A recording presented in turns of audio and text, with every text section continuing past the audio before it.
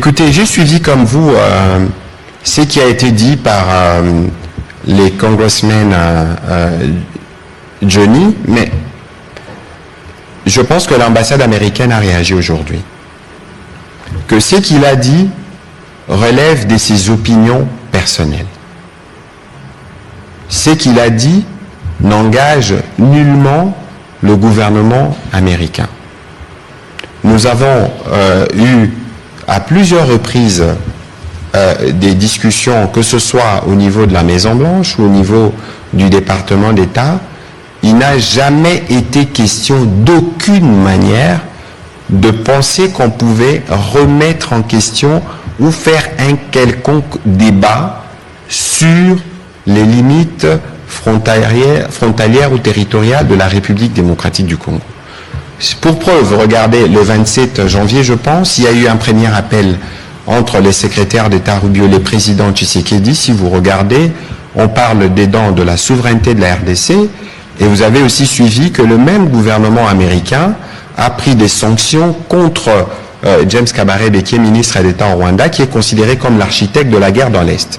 C'est-à-dire qu'ici, j'ai vu les réactions qui sont évidemment fondées, mais sa position n'engage à rien le gouvernement américain, avec qui nous sommes déjà dans des discussions sur des sujets qui sont variés et divers.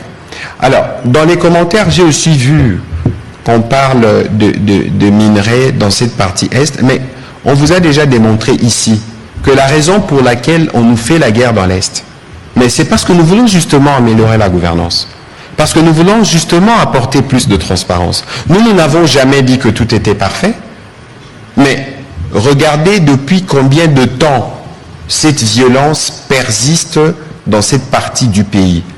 Elle ne date pas de l'arrivée aux responsabilités du président Tshisekedi, mais aujourd'hui, dans la même audition, il y avait M.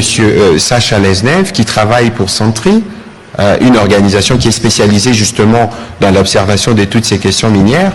Lui, il a reconnu les efforts qui sont faits notamment en matière de lutte contre la corruption.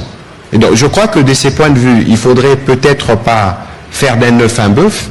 C'était une opinion personnelle qui a été exprimée, évidemment avec une certaine orientation, qui montre que le conflit en République démocratique du Congo, c'est pas en 24 heures ou en 72 heures que vous faites le tour dans la région, que vous en maîtrisez tous les méandres.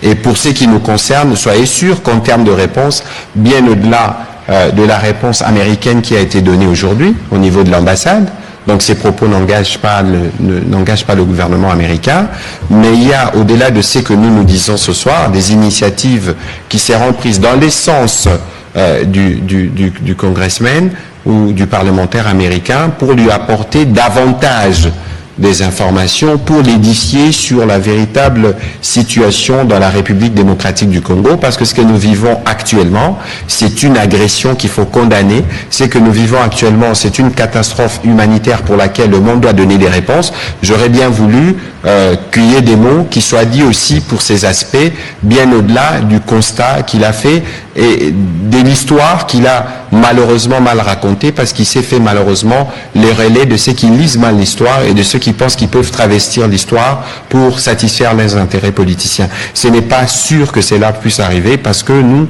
derrière le président de la République, nous sommes mobilisés pour protéger chaque centimètre carré de notre territoire. Merci.